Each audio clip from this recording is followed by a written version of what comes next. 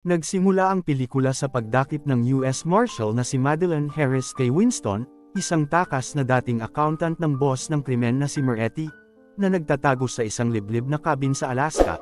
Nang mahuli, pumayag si Winston na magtestigo laban kay Moretti pero humiling ng malaking proteksyon kapalit dahil nasa Alaska sila. Inayos ni Madeleine ang isang private plane para ligtas na mailipad si Winston.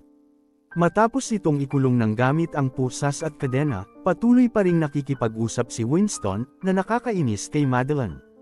Tumawag si Madeleine sa kanyang superior na si Caroline para mag-report at pasalamatan ito sa pagkakataong ibinigay sa kanya para ihatid si Winston at mabalik sa field. Sinabi ni Caroline na inilipat ang trial sa araw na iyon, imbes na sa isang linggo, at tinanong siyang may team na naghihintay sa Anchorage. Matapos ang tawag, nakipagkita si Madeleine sa piloto na si Daryl Booth. Tinanong ni Daryl kung sino ang nakakadena sa likod, pero iniiwasan ni Madeleine ang tanong, at sinabing tumakas na kriminal si Winston. Mahigpit niyang sinabi kay Daryl na huwag makipag-usap kay Winston na nagpagalit dito. Inihanda ni Daryl ang eroplano, at mabilis silang lumipad. Mabagsik ang paglipad at nang subukang makipag-ugnayan ni Madeleine kay Daryl, napansin niyang nakasuot siya ng aviation headset at ipinakita ang sarili niyang headset. Ipinaliwanag ni Daryl na normal ang turbulence sa ruta nila. Samantala, nagtangkang makuha ni Winston ang atensyon nila mula sa likod pero hindi siya pinansin. Napansin ni Madeleine ang gasgas sa likod ng tenga ni Daryl at tinanong siya tungkol dito. Tahimik lang na sinabing aksidente ito habang inaayos ang eroplano. Habang nagkukwento si Daryl tungkol sa buhay niya sa Texas, paminsang tumatango si Madeleine at nagpapakita ng mga magalang na komento. Nang mapansin niyang walang signal sa screen ng eroplano, tinanong niya si Daryl kung may GPS ba ito. Sinabi ni Daryl na normal lang na walang signal minsan, at kilala niya ang ruta. Sinabi niyang malapit na silang makarating sa Anchorage, kung saan ipagpapatuloy nila ang biyahe patungong Seattle, at pinaalalahanan siyang huwag mag-alala. Nakita ni Daryl na may kaba si Madeleine, kaya tinanong siya kung gaano nakatagal siya sa trabaho bilang marshal. Sumagot siya ng 8 taon. Bigla, isang ibon ang tumama sa windshield ng eroplano at nagdulot ng takot. Sa gitna ng turbulence, napansin ni Winston ang isang dokumento sa ilalim ng kanyang paa. Ito ay ang tunay na private pilot certificate ni Daryl Booth, kaya't kinumpirma ang hinala niyang hindi siya ang totoong piloto. Desperado, tinangkang magbigay ng senyales si Winston kay Madeleine, kaya't kinagat niya ang mga pinjutan ng kanyang pusas at inihagis ito kay Madeleine, na nagkunwaring nahihilo. Inis na inis si Madeleine at sinabi niyang hindi siya interesado. Nang magtanong si Daryl kung ano ang nangyari, sinabi ni Madeleine na nagsusuka si Winston. Inalok ni Daryl ng plastic bag si Winston, at habang tumitingin si Madeleine, napansin niya ang dugo sa damit ni Daryl. Dahil dito, nagsimula siyang maghinala, kaya tinanong kung kailan nila makikita ang mga kabihasnan. Sinabi ni Daryl na medyo matagal pa. Nag-aalangan na si Madeleine, kaya tinanong niya kung paano niya alam na patungong Seattle sila. Sumagot si Daryl na batay daw sa accent at ugali ni Madeleine, ngunit lalong nagduda si Madeleine. Nang pilitin niyang mag-check-in sa dispatch, nag-attempt si Daryl na mag-radio, ngunit hindi ito gumana. Sinisi niya ang taas ng altitude, ngunit hindi ito nakatulong sa pagpapaluwag ng pagdududa ni Madeleine. Nang pilitin ni Madeleine na tanungin kung kilala ba niya si Janie, ang piloto na huling nagpalipad sa kanya, sinabi ni Daryl na oo. Ngunit tinama siya ni Madeleine, na nagsabing babae si Janie. Dito na niya na-realize na may mali na, kaya't agad siyang kumuha ng baril at tinangka niyang lumaban, ngunit mabilis siyang pinatumba ni Daryl at tinali. Lumapit si Daryl kay Winston at sinabi na galit si Moretti sa kanya dahil sa pagtataksil. Pinawalang sala ni Winston ang sarili, sinabing wala siyang sinabi at nag-alok ng $1,000,000 para makawala. Inamin niyang nag-scan siya sa mga account ni Moretti at isinisi na may lihim na binabayaran si Moretti ng $25,000 bawat buwan sa isang account sa San Francisco, Massachusetts. Habang unti-unting nagigising si Madeleine, sinasabi ni Winston na gusto lang niya ng parte sa kita. Hindi tinatablan, inutusan siya ni Daryl na tumahimik at pinapakita na hindi siya interesado sa pera. Nang magtangkang tapusin ni Daryl si Madeleine, ginamit ni Madeleine ang taser laban sa kanya. Bagamat nalamog, lumaban siya habang nagsisimulang bumaba ang eroplano patungo sa kabundukan. Sa desperadong laban, patuloy na tinatamaan ni Madeline si Daryl gamit ang taser, hanggang sa tuluyan niyang mapabagsak ito at matulungan ang sarili na makabalik sa kontrol ng eroplano. Nakitang-kita ang takot sa kanyang mukha. Si Winston, na nagsisimula ng magpanik, ay inamin na nabaon siya sa takot at nabasa ang sarili. Habang naghahanap ng kutsilyo si Madeline para makalabas, iminungkahi ni Winston na tingnan nila ang first aid kit. Sa tulong ni Winston, nakatakas si Madeline mula sa mga kadena. Nang ipanukala ni Madeline na ilagay si Daryl sa likod ng eroplano, tumutol si Winston, na nagsabing mas mabuting patayin na lang siya, pero pinilit ni Madeline na kailangan pa nila ito. Wala ni isa sa kanila ang marunong magpalipad ng eroplano. Tinanggal ni Madeline ang mga kadena ni Winston, ngunit iniwan niyang nakakadena pa ang mga paa nito, bago siya nagsimulang mag-secure kay Daryl. Habang naghuhukay sa mga gamit ni Daryl, nakita niya ang isang larawan nilang tatlo ni Winston at ang bahay ng ina ni Winston. Natarante si Winston at pinilit na iligtas ang ina, pero nanatiling kalmado si Madeline at sinabi na ang pinakamahalaga muna ay siguraduhin ang kaligtasan nila kay Daryl at makapag-contact ng tulong. Matapos nilang masecure si Daryl sa likod, sinubukan nilang gumamit ng radyo, pero hindi ito gumana.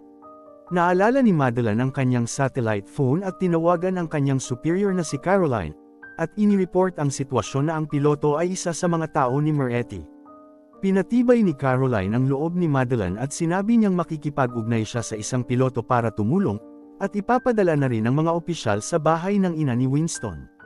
Pagkatapos ng tawag, tinanong ni Daryl kung makikipagtulungan siya bilang piloto, ngunit magbibigay lang siya ng tulong kapag nakamit ang kanyang mga hinihingi. Nang tanungin ni Madeline kung paano niya nalaman ang tungkol sa paglilipat ni Winston, iniwasan ni Daryl na sagutin ito, at sinabing ibubunyag niya ang lahat kapag lumapit siya. Binigyan siya ni Madeline ng babala na magiging mas masahol pa ang buhay niya sa bilangguan kapag lumabas ang koneksyon niya kay Moretti. Tugon ni Daryl, malamig, na, hinanap ko na to buong buhay ko. Habang ang satellite phone ni Madeline ay tumunog, ito ay si Hassan, ang piloto na ipinag-ugnay sa kanya ni Caroline. Pinayuhan siya nito kung paano ma-stabilize ang eroplano at nagbiro pa, binanggit na may utang siya sa kanya ng inumin, at pinapaalala niyang tawagan siya pagkatapos nilang makarating sa baybayin. Habang nang-iinis si Daryl kay Winston gamit ang mga bastos na pahayag tungkol sa ina nito, napansin ni Daryl ang isang kutsilyo malapit sa kanya, ngunit nasa labas ito. Nang mapansin ni Winston na alam ni Daryl ang address ng kanyang ina, isang address na tanging kayang ibigay ng US attorney lang, nagsimula siyang magduda. Dito na nila napagtanto ni Madeline na maaaring may taga-marshal's office na sumunod sa kanila. Naka-receive si Madeline ng tawag mula kay Caroline, na nagsabi na may military plane na sinusubukang hanapin ang kanilang posisyon. Ipinagbigay alam din ni Caroline na hinanap ng mga opisyal ang apartment ni Daryl Booth at natagpuan siyang brutal na pinatay. Inilahad ni Madeline ang kanyang hinala tungkol sa isang mall, at sinubukan ni Caroline na limitahan ang mga suspect, mga local law enforcement, ang direktor, at mga deputy. Pumapasok din sa isip ni Madeline na baka si Caroline mismo ang mole. Biglang nag-crash ang eroplano sa isang malaking nyebe, pero milagrosong nakalabas ito ng walang malaking pinsala. Nang magpatuloy si Daryl sa pang-iinis, sinabi niyang dapat mag-ingat si Winston habang nasa kustodiya ni Madeline, dahil ang dating preso nito ay hindi nakaligtas. Ang mga salitang iyon ang nagpatulak kay Madeline na mawala ng kontrol, at sa isang galit na pagsabog, inatake niya si Daryl, na iniwan siyang duguan. Sa gitna ng laban, nakapag-agaw si Daryl ng sunglasses ni Madeline, naguguluhan si Winston sa pag-aalboruto ni Madeline at tinanong siya tungkol dito. Inamin ni Madeline ang isang traumatikong karanasan mula sa kanyang nakaraan. Ikinwento niya ang isang misyon kung saan inatasan siyang protektahan ang kasintahan ng isang boss ng cartel na nagdesisyong magtestigo. Hiniling ng babae na maligo, at bilang paghahanda para sa posibleng pagtakas, pinaghanda siya ni Madeline ng mga posas at ikinadina sa bathtub. Ngunit ilang minuto lang, isang Molotov cocktail ang itinapon sa bahay. Puno ng takot, tumakas si Madeline at nakalimutang isecure ang babae. Ang alaala ng pangyayaring iyon ay naging isang pasakit sa kanyang isipan at isa sa mga dahilan kung bakit siya inilipat sa desk job. Nag-contact muli si Madeline kay Caroline, at iminungkahi niyang dapat nilang ipaalam kay Director Coleridge ang tungkol sa mole. Nagpaliwanag si Caroline at nagmatigas, sinabing siya mismo ang nag-vet ng kanyang team at tutulungan itong lutisin ang issue. Habang nag-uusap, tahimik na nagsusumikap si Daryl na putulin ang kanyang pagkakagapos gamit ang sunglasses ni Madeline. Nagtawag si Madeline sa Marshal's office at nanindigan na makausap si Director Coleridge. Matapos ang ilang minutong pagpupumilit, ipinasa siya kay Coleridge. Ibinahagi ni Madeline ang kanyang mga hinala tungkol sa mole at inakusahan si Caroline. Pinatahimik siya ni Coleridge, sinabing aayusin niya ito at inutusan si Madeline na tumawag sa isang partikular na numero, ang kanyang home number sa Santini, Massachusetts. Matapos ang tawag, nakarating na ang eroplano sa baybayin. Tumawag si Madeline kay Hassan para sa mga tagubilin sa paglapag.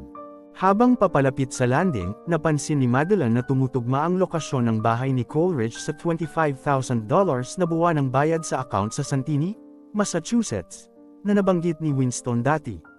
Bilang mabilis na reaksyon, tinawagan ni Madeline si Caroline para humingi ng paumanhin at ipaliwanag na kailangan niyang umalis ng opisina dahil ang collage ay hinahanap siya.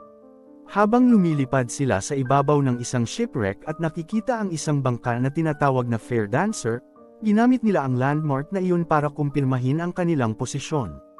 Ngunit hindi nagtagal, ipinagbigay alam ni Hassan na nakita na sila ng rescue team, pero ang kanilang ginawa ay agad nabawi nang makawala si Daryl at itaga si Winston, na bagamat malubha ang sugat, ay bumawi at nasugatan si Daryl. Pinatumba muli siya ni Madeline gamit ang flare gun at tinali siya para siguraduhin hindi na makakaistorbo. Si Winston, malubhang sugat at takot na hindi na makakaligtas, ay malungkot na nagmuni-muni sa kanyang buhay. Nagsisisi na hindi siya pumili ng tapat na daan at humiling kay Madeline na bisitahin ang ina niya kung hindi siya makakaligtas. Tumawag si Hassan at sinabi na maglalanding sila sa loob ng 20 minuto. Takot na takot si Madeline para kay Winston, kaya't nagtanong siya kay Hassan kung pwede bang bilasan ang eroplano. Pero pinayuhan siya ni Hassan na baka mabilis maubos ang gasolina kung gagawin ito. Hindi nagdalawang isip si Madeline at pinabilis ang eroplano. Tumawag siya kay Caroline ulit, pero nagulat siya nang si Coleridge na ang sumagot. Inilahad ni Coleridge na namatay si Caroline sa isang car crash at inamin na siya ang mole. Sinabi ni Madeline kay Coleridge na alam niyang siya ang nagtratrabaho para kay Moretti at banta niyang ilalantad siya, pero tinanong siya ni Coleridge kung sino ang maniniwala sa kanya, kaya't sinabi ni Madeline na, "F yourself," at agad na ibinaba ang tawag. Habang papalapit na sila sa landing, sinubukan ni Daryl na tumakas muli, ngunit sa isang brutal na paraan ay napaalaya niya ang kanyang kamay. Ngunit maagap na pinatulog siya ni Madeline bago pa siya makagawa ng anuman. Bumagsak ng malakas ang eroplano, nagkaroon ng matinding pinsala, at nahulog si Daryl palabas at tinamaan ng isang ambulansya, agad na pumatay sa kanya. Nang mag-rescue, nakuha nila si Madeline at Winston mula sa mga guho at mabilis na dinala si Winston sa ospital. Habang pinapalakas ni Madeline ang loob, nakahinga siya ng maluwag nang malamang hindi nakaligtas si Daryl. Ngunit napansin niya ang isang kaina-hinalang EMT officer na pumasok sa ambulansya ni Winston, at napatunayan ang kanyang hinala ng tangkain nitong patayin si Winston. Agad na pinaputukan ni Madeline ang attacker at tiniyak na makakaligtas si Winston. Nang magring ang cellphone ng EMT, tinawagan ni Madeline si Coleridge upang ipaalam na buhay pa si Winston. Nagtapos ang kwento habang nagmamasid si Madeline sa pagligtas kay Winston, iniisip ang buong paglalakbay at alam na sa ngayon, nagtagumpay ang hustisya. At dito na matatapos ang pelikula. Maraming salamat sa panunood. Kung nagustuhan mo ang video na ito, siguraduhin tingnan ang iba pang recap videos at mag-subscribe para sa iba pang content. Mag-iwan ng komento sa ibaba, at magkita-kita tayo sa susunod na video.